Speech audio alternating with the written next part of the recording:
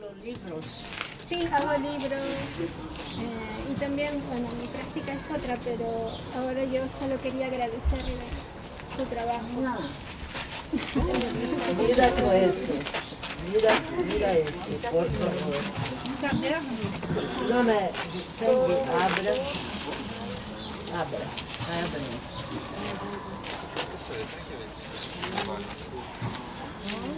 Ah, mais regarde ça! Olha isso.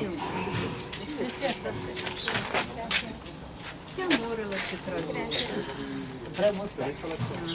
Bienvenue tous pour notre dernier jour de la exhibition visible. Ai. Aujourd'hui, on va faire un talk avec l'artiste invitée Fabiana de Barros. Vous pouvez approcher. Oui, vous pouvez approcher un petit Sauf peu faire cosy. l'attention Avec la caméra, ouais. C'est bien, Eva, pour la caméra, le son. Ok, ça marche. Juste pour dire qu'il y a de l'eau ici, si vous voulez, il y a une toilette aussi dans l'expo. Maintenant, nous allons introduire un petit peu notre exposition visible dans le cadre de la résidence et aussi parler du fiteiro cultural et d'installation dans l'espace public avec Fabiana de Barros. Bonjour à tous, est-ce que vous nous entendez bien, ça va? Super. Alors, du coup, comme mon collègue Daniel Tostes vous l'a dit, vous pouvez vous placer où vous voulez. Si vous avez besoin de nous laisser un moment, vous n'hésitez pas, on ne va pas vous en vouloir. Le but, c'est que vous vous sentiez bien. Donc, Daniel Tostes et moi, on est les curateurs de l'exposition qui se finit aujourd'hui. Et dans ce cadre-là, on a invité Fabiana de Barros, qui est l'artiste qui a fait cette œuvre dans laquelle nous sommes. On va particulièrement vous parler de ça, mais tout d'abord, on vous présente un peu le contexte. Et donc, le lieu d'exposition qui là s'appelle le FMAC, c'est les fonds municipaux d'art contemporain de la ville de Genève. C'est en fait la ville qui a collectionné, qui a acheté des œuvres, et ceci depuis les années 50. Et donc en ce moment, il y a à peu près 5000 œuvres que la ville a acquises. Et depuis maintenant 2 ans et demi, le FMAC propose une résidence curatoriale à des curateurs, comme Daniel et moi, pour regarder dans cette collection, regarder ça comme des archives et présenter des œuvres, faire des expositions avec ce matériau-là, les œuvres de 75 ans d'achat qui sont liées à la ville de Genève.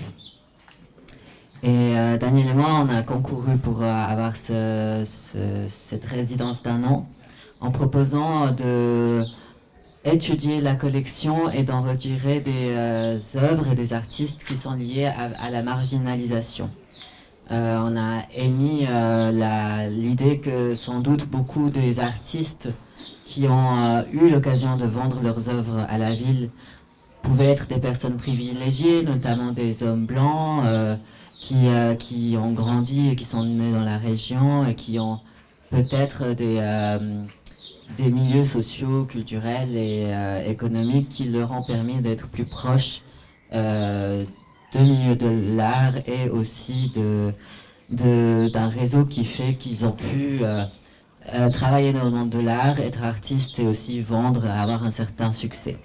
L'idée donc c'était de pêcher dans cette grande collection et de voir qu'est-ce qu'il y avait d'autre, est-ce qu'il y a eu des choix de la ville avec des artistes qui ont pu avoir un contexte de vie moins privilégié, est-ce que les thématiques aussi des œuvres représentées avaient cette conscience parfois, et on a voulu mettre ça en avant dans cette première exposition et dans la suite de notre résidence, et aussi penser ces œuvres en lien avec des artistes et des œuvres plus actuelles qui ne sont pas encore dans la collection, un peu dans l'idée de frayer un chemin pour un avenir où l'accessibilité à la collection soit pas seulement faite aux personnes privilégiées, et émettre un peu une envie d'un futur artistique peut-être un peu plus inclusif, plus diversifié et moins fait par et pour des personnes privilégiées. Dans ce cadre, donc, nous avons cette première exposition qui s'appelle Visible. Nous allons en avoir une autre en septembre qu'on se réjouit de vous présenter. Et donc, dans cette exposition, nous avons choisi deux œuvres, dont une œuvre, donc celle que vous voyez ici, qu'on a choisi de mettre dans l'espace public, justement parce qu'elle a du sens dans cet espace public, et aussi parce que elle donne accès pas seulement aux personnes qui vont venir voir l'exposition, mais aussi aux habitants, habitantes, aux passants, passantes d'ici. Et on a aussi créé un lien avec l'œuvre photographique du papa de Fabiana de Barros, Geraldo, qui est la première œuvre que vous voyez en entrant dans l'espace d'exposition. C'est un peu comme une sorte de clin d'œil et aussi un lien que nous on a ressenti, un peu l'amour familial, une tendresse qu'on avait vraiment envie de faire partie, d'amener dans cette exposition. Voilà. Merci, Elahi. Juste une petite introduction sur le travail de Fabiana et aussi de Geraldo. Fabiana de Barros, notre artiste invité, c'est une artiste suisse-brésilienne qui habite ici à Genève, travaille plutôt sur la photographie, installation dans l'espace public. Et aussi des interactions avec des gens. Je pense que ça c'est part de la pratique artistique de Fabiana. Et on va parler aujourd'hui du Fiteiro Cultural, le kiosque à culture, et aussi la relation avec le travail de ton papa Geraldo de Barros, que sera. Alors, je donne la parole à Fabiana pour parler et introduire un petit peu le projet. Merci à tous les invités, les amis et le public.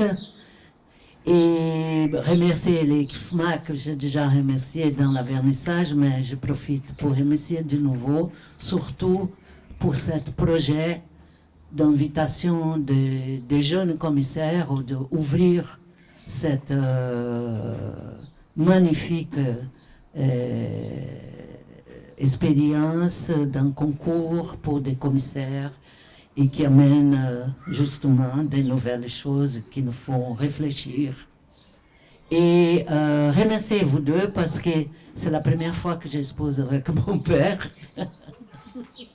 c'est juste un hasard que je ne savais même pas. Je suis, quand j'ai venu parler du kiosque avec les deux. Et je voulais remercier énormément certaines, j'ai invité, pour faire partie du public, j'ai invité tous les gens qui ont fait des kiosques, qui ont participé des kiosques, qui ont cru dans le projet. Et la majorité n'a pas pu venir, c'est pas grave. Mais je voulais remercier Mireille Mercanton-Vanière, qui est même citée dans les films, et qui nous avons fait le premier kiosque hors du nord du Brésil. J'aimerais remercier Anne-Laure Robertson, qui m'a fait 3, 5, 20 kiosques, parce que c'était une militante dans l'art, qui est toujours, qui a un très beau espace culturel à Carouge. Remercier mon cher mari Michel Favre, qui a fait des films, a fait des photos, m'a aidé avec tout ça et qui est très, très, très solidaire avec mon travail d'art. Donc, c'est les 3 personnes qui ont fait des kiosques. Et aussi Ariane Marlet, qui est la sœur de Michel, mais que a été aussi dans la question de ce kiosque-là, parce que c'est son mari, Patrick Marmet, architecte, qui m'a aidé à le dessiner et qui a fait le premier plan. parce qu'à Jean Pessoa, le premier plan, on n'avait pas de plan. Il était fait, flac, flac, flac. Et lui, il a traduit et il a pensé à l'idée de montable, comment gérer ça dans la suite. Et aujourd'hui, j'aimerais faire une... Ah, il y a Carmen Perrin qui arrive. J'étais en train de remercier les gens qui ont fait des kiosques. Voilà Carmen Perrin, qui a collaboré à naissance du kiosque, qui était à João Pessoa, qui m'a invité à faire la résidence à João Pessoa. C'est une artiste et puis elle a fait commissaire là-bas. Et qui m'a donné la liberté de créer cet espace qui était tout d'abord mon atelier dans cette résidence au bord de la plage. C'était cool. Et donc, c'est aussi dans les films. Et aujourd'hui, j'aimerais faire un hommage à quelqu'un qui n'est plus là entre nous, mais qui a énormément bossé, œuvré pour les kiosques. Et c'est à partir de lui qu'on va parler avec vous deux, parce que j'aimerais plus savoir de votre expérience que raconter la mienne.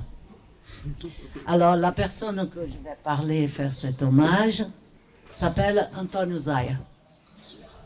La majorité des artistes qui sont là, Maria Carmen Pellinger, qui est grand ami, ont connu Antonio Zaya, qui était un commissaire, un éditeur d'art, qui m'a fait le premier livre du Fiteiro Cultural, Quiosque Culture, qui est décédé très tôt, mais qui a pu faire les kiosques de New York, les kiosques de Cuba, pour la Biennale de Cuba, qui a été très proche. Et lui, il était un commissaire de Canaries, espagnol, et il œuvrait énormément pour l'art latino-américain, l'art de l'Amérique du Sud, et aussi, il aimait beaucoup l'Atlantique, parler des artistes de l'Atlantique, et il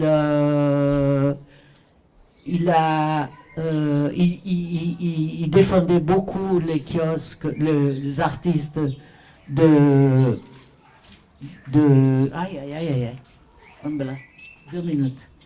Il défendait beaucoup les artistes de l'Afrique, et tout ça aux années 90, où on ne parlait même pas de ça. Et il défendait beaucoup les artistes trans, LGBT et tout ça. Beaucoup. Et dans les premiers livres qu'on a plus, ça c'est le seul que j'ai, il était éditeur. Le FIMAC, même, non, je vais lire cette partie. Le FIMAC a même payé pour ce livre. Et il m'a fait un texte. Et j'aimerais poser une question. Vous avez parlé que Larry pouvait commencer à répondre. Il a mis un titre. Il a mis un titre que j'ai basé toute ma performance aujourd'hui avec vous. Donc j'ai amené les kiosques qui étaient transformés. On aura après, juste un peu avant la fin, on va goûter des kiosques au chocolat qui ont des goûts différents, qui étaient transformés. Et il m'a fait un texte qui s'appelle Open, ouvert, le kiosque transformiste et sans fin de Fabiana de Barros. Alors, je crois que pour cette édition, enfin, il est devenu transformiste. Enfin, il est aussi sans fin. On a compris avec 20 ans de kiosque qu'il est sans fin, que c'est jamais moi qui fais, ou c'est des artistes qui ont des idées qui viennent faire avec moi, ou c'est des gens de local et des commissaires qui proposent des expériences. Donc, j'aimerais savoir, Larry, il est transformiste? Ok, alors c'est très intéressant. Bon, donc je ne sais pas si vous avez pu voir l'exposition avant ou pas, et si vous avez aussi pu voir le documentaire qui est visible aujourd'hui dans le premier espace, qui est l'espace de médiation de l'exposition. Et donc, alors le kiosque à culture, cette structure que Fabiana a pensée, c'est en fait une structure qui a existé à plusieurs endroits et de plusieurs manières. Et donc là, dans ce kiosque, vous voyez aujourd'hui des maquettes que Fabiana avait créées avec sans doute les collaboratrices qui ont travaillé avec elle. Donc il y a 1, 2, 3, 4, 5, 6, 7 maquettes qui ont été des kiosques à culture montrés dans des pays différents. Et comme elle vous l'a dit aussi, spécialement pour nous, un kiosque à culture en chocolat. Et donc, dans le titre, il y a transformisme, mais il y a aussi l'ouverture. Et donc, comme on vous l'a dit aussi, une de nos envies, c'était une sorte d'ouverture de la collection, mais la collection comme une métaphore d'un monde de l'art, de la création, de la pensée commune. Et du coup, on voit aussi dans ce kiosque à culture et dans les maquettes ici qu'il y a cette ouverture au monde, cette idée d'être dans un espace public. Et c'est intéressant que tu dises que le premier kiosque à culture, c'était ton atelier, mais c'est un atelier ouvert au monde. Et donc il y a l'ouverture et il y a l'infini, cette transformation infinie, qui a été aussi un sujet dans cette exposition. Cette vision intemporelle et non linéaire du temps. Il n'y a pas de début ni de fin, mais une continuité, une temporalité qui est ressentie peut-être différemment quand on est en marche, quand on est différente. Et le transformisme. Alors quand tu m'as montré ce titre, tout de suite j'ai pensé, mais est-ce que c'est le kiosque qui transforme? Est-ce qu'il est transformé? On voit les maquettes et en fait elles sont différentes. L'idée de base a été transformée avec le temps. Mais est-ce que c'est aussi le contexte, l'extérieur qui transforme le kiosque à chaque fois?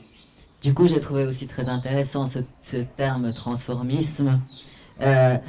Bien sûr, ça fait aussi penser à cette culture LGBT du transformisme qui a été liée à la drag queen, mais il y a aussi d'autres liens. Bien sûr, la transition, mais aussi, en fait, j'ai l'impression que c'est des transitions intersectionnelles que tu as amenées dans ce travail, et justement quelque chose qui ne va pas prendre une situation, un sujet et l'enlever du reste, mais vraiment, en fait, comme la vie est pleine de complexité et de personnes et de contextes et de situations qui convergent. Et j'ai l'impression, du coup, que les maquettes et la manière de construire le kiosque à culture a changé, s'est transformé.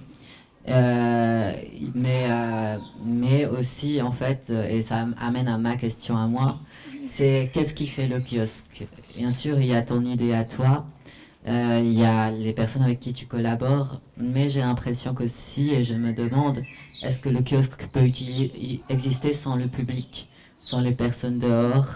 Voilà, je pense que ça me ramène à toi. Non, l'intéressant, c'est que les kiosques, il révèle toujours les questions du lieu. Et s'il est vide, ça veut dire qu'il y a un choc entre les lieux et qui est en train de décider de le faire. Les profils de qui les fait, ça c'est aussi très spécial, parce que dedans un musée, il y a moins d'intérêt si on fait dedans. Et à partir du moment que le musée veut mettre dehors, il doit avoir un intérêt aussi. Donc, comment ça se passe? Et la liberté de l'artiste qui est ici dedans, c'est pas la même que dedans un musée. Par exemple, une performance d'une artiste nue, genre Marina Abramovic. Dans les kiosques, on doit toujours imaginer comment la protéger, parce qu'il y aura des passants, donc on peut tout faire, mais la structure de la liberté, elle est différente. Et je remercie d'être là-dedans, parce que depuis que j'ai eu les miennes, plus jamais j'ai pu rentrer. Parce que les gens font des choses, les artistes font des choses dedans. Et normalement, je deviens spectatrice de l'œuvre. Donc, ça, c'est des choses que j'ai vécues beaucoup de fois et des émotions, comme les kiosques, les premières qui est là. Là, je vais appeler João Pessoa. Après, celle-là qui était crue, on a fait avec Maria Papadimitriou.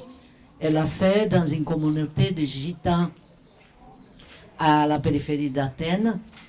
Et elle m'a demandé de faire cru, parce que l'idée, c'est qu'avec le temps, ça restait dans la communauté, dans un parc qu'il y avait au centre. Ils pouvaient utiliser comme ils voulaient. Et ils voulaient à petit les peindre. Et les premiers jours, on était là. Il y a eu une ONG qui est venue me demander s'ils pouvaient faire un dispensaire une fois chaque 3-6 mois pour les femmes. Ils allaient fermer tout et recevoir des femmes, c'est des gynécologistes qui venaient voir des femmes dans cette communauté. Et j'étais ravie de l'idée, je trouvais que c'était magnifique. Après, il a resté 2 ans sur place, et après, j'ai reçu une lettre de la communauté gitane qui me remerciait beaucoup pour les kiosques, mais il y a eu un hiver trop froid à Athènes, et ils ont brûlé pour faire un feu pour eux. Et j'étais très contente. Après, on a eu New York. New York, c'était dans une galerie, Martinez Gallery, que Antonio Zaya avait créé ce projet. Et l'idée, c'était de 3 artistes femmes. Donc, c'est rare qu'on parlait d'artistes femmes à cette époque-là. Et 2002, un truc comme ça. Et pour les kiosques, j'ai amené la maquette pour expliquer, tout content que j'avais une maquette en papier et que ça pouvait aider et tout. Et l'idée, c'était que des taggeurs et des graffiteurs new-yorkais qui étaient fameux par leurs tags, ils allaient attaquer la galerie, nos travails, donc les kiosques. Et j'arrivais avec la maquette et tout de suite un tagueur black comme ça, ils étaient recherchés par la police et tout. Il m'a pris de la main et il m'a fait un tag tout de suite et les autres ont venu, tout le monde est venu faire des tags. Donc c'est une pièce, je ne peux pas ouvrir vraiment, fermer, c'est une petite vieille dame que je porte comme ça dans ma vie. Après, il y a les kiosques de Cuba, que aussi Antonio Zaya qui a amené à la Biennale de Cuba, à La Havane, qui était dans une communauté afro-cubaine, qui était très animée et tout. Et il était fait avec des petites cages de poulet, cages de palettes, parce qu'il n'y a pas de bois, il n'y a pas de plaques de bois à Cuba avec les boycotts. Donc, voilà quoi. Alors, ils ont tout nettoyé, les menuisiers, chaque fois, il est construit dans les lieux. Et ils ont fait avec les cages et tout propre. Après, il y a des artistes au Brésil. Ils ont fait 7 fiteiros culturels avec les Sesc de São Paulo, dans des quartiers différents. Et les artistes ont commencé à graver dans les kiosques, dans les murs du kiosque, parce que c'était des graveurs. Après, ils ont démonté les kiosques parce qu'ils devaient imprimer les gravures. Et après, ils ont fait cette petite sculpture que j'adore et que je leur ai fait comme maquette. Après, on a le kiosque de Bienne avec les commissaires Simon Lamounière. Il était enchanté par les kiosques qui étaient sous Second Life, parce que les kiosques est parti sous Second Life. Et son avatar, c'est Santa Mila pour les causes virtuelles qui sont ici, que vous pouvez prendre un exemplaire après. Et Simon a voulu enterrer, comme c'était dans Second Life, il a décidé d'enterrer les kiosques au milieu de la montagne à Bienne. Et puis après, il y a les kiosques de Jérusalem, qui est un des derniers que je fais. C'était 2011 que je participais énormément. Là, j'ai décidé de participer parce que c'était en Palestine. J'étais très intéressée et je travaille sur la question des Palestiniens jusqu'à maintenant. Et puis, je suis très blessée pour tout ce qui se passe. Et là, on a fait un kiosque tout ouvert parce que c'est 2010. J'ai dit, c'est un pays en guerre. On ne peut pas faire un kiosque fermé. Et donc, on a fait dans l'école d'art à Quds, à Jérusalem, et j'ai créé cette kiosque, mais je n'ai pas pensé qu'il allait être en bas, ça allait se passer quelque chose. Et comme il faisait beaucoup de soleil, les étudiants, les artistes, ils ont rentré en bas et ils ont créé un espace en bas, les kiosques. Donc là, c'est les transformations que les autres font. Je participe toujours, j'aime l'idée et amener toutes ces questions avec les performances que vous avez proposées tous ces jours, avec le contenu de l'exposition qu'on va savoir après. Il y a la dernière visite guidée. Et j'aimerais qu'on goûte les chocolats. Vous pouvez parler quelque chose encore, qu'on ait le temps de goûter les chocolats transformistes qu'un chocolatier suisse de Tonnerre, qui s'appelle Bonbonnière, qui est très bon et qui aime les artistes. Donc je vous conseille de faire des projets avec lui. Et il m'a fait, à partir d'un moule que j'avais déjà, un moule en silicone comestible, etc., etc. Donc je vous laisse. Merci beaucoup, Fabiana. Il est juste, c'est très intéressant quand on nous parlait d'un kiosque transformiste. Un autre mot qui vient dans ma tête, c'est l'idée de transgénérationnel, parce que c'est une caractéristique très importante pour notre projet et aussi pour la participation de Fabiana dans ce contexte, parce qu'il y a beaucoup des artistes jeunes, genevoises, des artistes aussi brésiliens qui participent dans l'expo, mais qu'il y a 35 ans, des artistes qu'il y a 24 ans. Donc pour nous, c'est très important qu'il y ait ce lien avec des artistes de différentes générations pour l'expo, parce que pour parler de visibilité, je pense que c'est important aussi de penser des différentes temporalités, comme nous dit avant. Et aussi l'idée de les connaissances transgénérationnelles avec la famille aussi, parce que c'est la première fois, comme tu as dit, qu'il y a la photo de ton père en face de ton installation.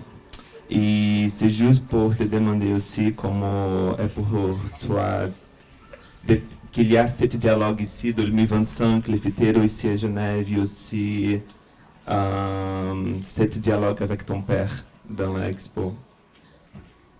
Bien sûr, pour moi, c'était très émouvant. Moi, je m'occupe de son travail, je fais des livres pour lui, je fais plein de choses, j'ai travaillé avec lui, j'ai été son assistant. Mais j'ose jamais mettre mon travail avec lui. J'ai un respect énorme quand les commissaires viennent chercher son travail. Il y en a qui ne savent même pas que je suis artiste.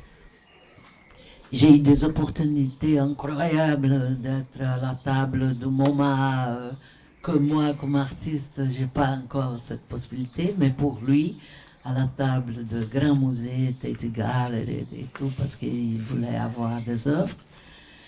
Et non, c'est très émouvant, et puis c'est drôle parce que vous avez pris la photo de Geraldo, celle-là, avec un autre regard que j'avais jamais. Michel, il travaille aussi avec moi dans l'archive de Geraldo. Il fait des expos. On n'a jamais, pour nous, c'était pas important que ça soit une grille. Et quand j'ai venu parler avec vous, vous montrer et discuter les kiosques, vous deux savoir si c'était vraiment une grille. Et j'ai dit oui, c'est une grille qu'il a gratté les négatifs et a fait une masque africaine. Pour dire que c'est ça le regard change beaucoup. Ça, c'est John Cage qui a cette phrase que j'aime beaucoup, le musicien artiste John Cage. Il parlait que le monde change par rapport, ton regard du monde change par rapport au lieu où on est. Donc, le lieu où vous êtes maintenant, c'est autre lieu. Il change. Son œuvre, c'est pour vous, les caractéristiques importantes, c'est autre chose que ma génération, ou mon pays, ou venir ici. Je veux dire, c'est ça qui me plaît beaucoup. Moi, j'ai du chocolat. Super, ok. Alors, je sens que Fabiana est impatiente de manger du chocolat. Alors, je vais d'abord voir s'il y a des questions quand même dans le public. Oui. Est-ce que vous avez envie de poser une question? Les ingrédients dans le chocolat. Okay. Alors, on a quelqu'un qui... Ah, ok. Ça va. Super. Tu peux faire ici la question? Ouais. Du coup, la question, c'est comment ce kiosque-là a été investi pendant la période de l'exposition? Ah, je pense que c'est plus nous qui... C'est comme ça. Alors, c'est vraiment très drôle parce que on l'a mis ici un jour avant le vernissage et le FMAC voulait le repeindre et qu'il soit vraiment nickel pour le vernissage. Et nous, on n'avait pas forcément envie de le repeindre. Fabiana nous a dit noir, c'est noir, j'ai pas besoin qu'il soit refait ou quoi que ce soit. Et c'est assez intéressant parce qu'il y a là le point de vue institutionnel et le respect institutionnel qu'il y a avec l'œuvre, et puis peut-être l'aspect un peu plus la vision de l'artiste. Et directement, le lendemain matin, il y avait déjà les traces des mains des enfants sur le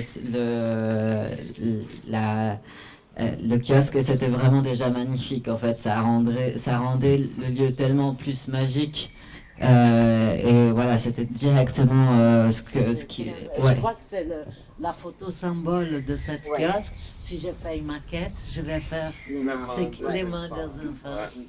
Parce qu'ils prenaient le sable par terre. Et quand il est fermé, vous voyez, c'est très très beau. Ça me fait penser à une autre artiste qui a fait des œuvres comme ça une fois, Carmen Perrin. Et donc, ils étaient tout contents, ils m'ont envoyé le lendemain, j'ai réveillé, il y avait sur mon WhatsApp la photo des mains. E aussi d'activations que nous organisons, comme nous faire des brunchs ici pour les matins de dimanche avec l'artiste Jonas Van, ou tout le monde qui peut passer pour manger avec nous. La performance de Greta Gratus aussi pour la nuit des musées. Quel autre? Alors il y a le programme que nous on a prévu pour activer le lieu, mais il y a aussi tout le voisinage qui voyait le lieu, qui sont venus nous poser des questions et aussi nous demander est-ce qu'on peut l'utiliser.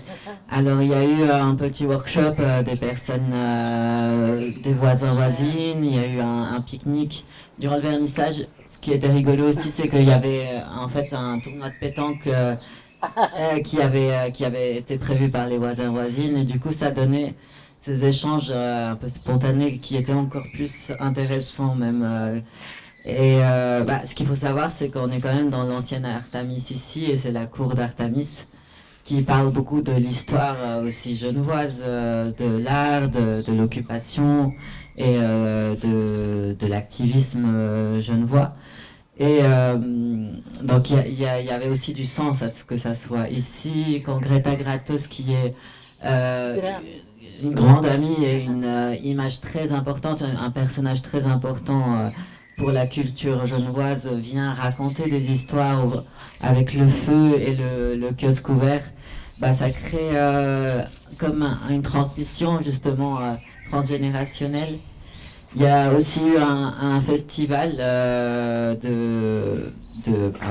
d'art vivant qui a eu lieu ici, et du coup un soir on nous appelle, la directrice qui nous dit c'est la catastrophe, je viens de voir que vous avez prévu de mettre le kiosque ici, et en fait nous on a toute une scène à construire, et en fait justement la catastrophe se transforme plutôt en super occasion. On leur a dit Fabiana, elle est très heureuse que le kiosque soit utilisé, donc il vaut mieux utiliser le kiosque plutôt que chercher à le déplacer. La seule condition que tu nous avais donnée, c'est de ne pas vendre dans le kiosque. Ouais. Et donc c'est les ingénieurs son du festival qui étaient placés dans le kiosque. Et du coup, il y a aussi cette désacralisation d'un travail artistique où tout le monde peut venir se placer dedans. Ouais. Voilà. Oui. Voilà. C'est bon. Et du coup, je pense que c'est trop chouette que tu nous aies fait cette surprise de la maquette en chocolat. Ça fait penser aussi à tous ces trajets dans des pays différents, et le chocolat, c'est aussi cette matière qui est témoin du colonialisme, mais aussi d'un trajet, et le chocolat, ça donne plein de bonnes choses pour nous, pour qu'on se sente bien. Et juste la dernière chose, j'ai vu que petit à petit les gens arrivaient, donc vous pouvez discuter donc avec les gens qui ont fait le kiosque pendant que vous mangez du chocolat, Laure Robertson, Mireille Mercanton-Vanière, Bruna Battistini, et Murilo Campello, je l'ai vu là, je ne sais pas où il était par là. Donc, vous pouvez, Carmen Perrin, Michel Favre, Ariana Marmet, oui, je crois que c'est ça pour le moment, et Larry et Dani. Merci. Alors, je remercie tout le monde pour venir, Fabiana, et voilà. Nous organisons la dernière visite guidée dans 10-15 minutes, et voilà. Et nous, juste pour dire, il y a notre prochain rencontre pour notre projet le 18 septembre, pour la prochaine exposition, qui s'appelle Vision. C'est la continuité de le projet Visible. Vous n'avez pas dit ce que c'était, hein? Mais bon, en fait, ça...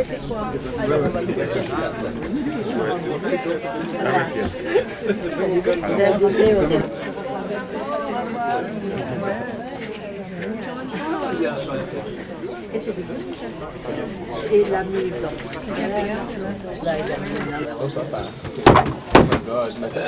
Non, ça cache pas. Il fait trop chaud. Alors, je vais devoir quand même... Il fait trop chaud. Oui, parce que quand il y a à chaque fois des ateliers, les enfants ils dessinent, ils colorient le kiosque, ils donnent des diagrammes, tu vois, juste en ligne. Le kiosque, vous allez faire votre exposition, et puis les enfants peuvent colorier, tu vois. Faire des photos. Faire des photos. Eu acho que tem mais copo lá, Joana.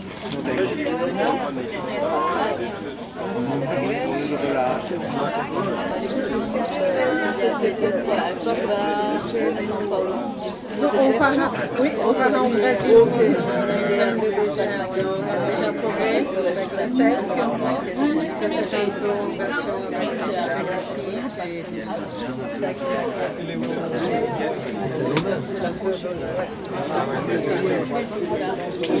Jamais de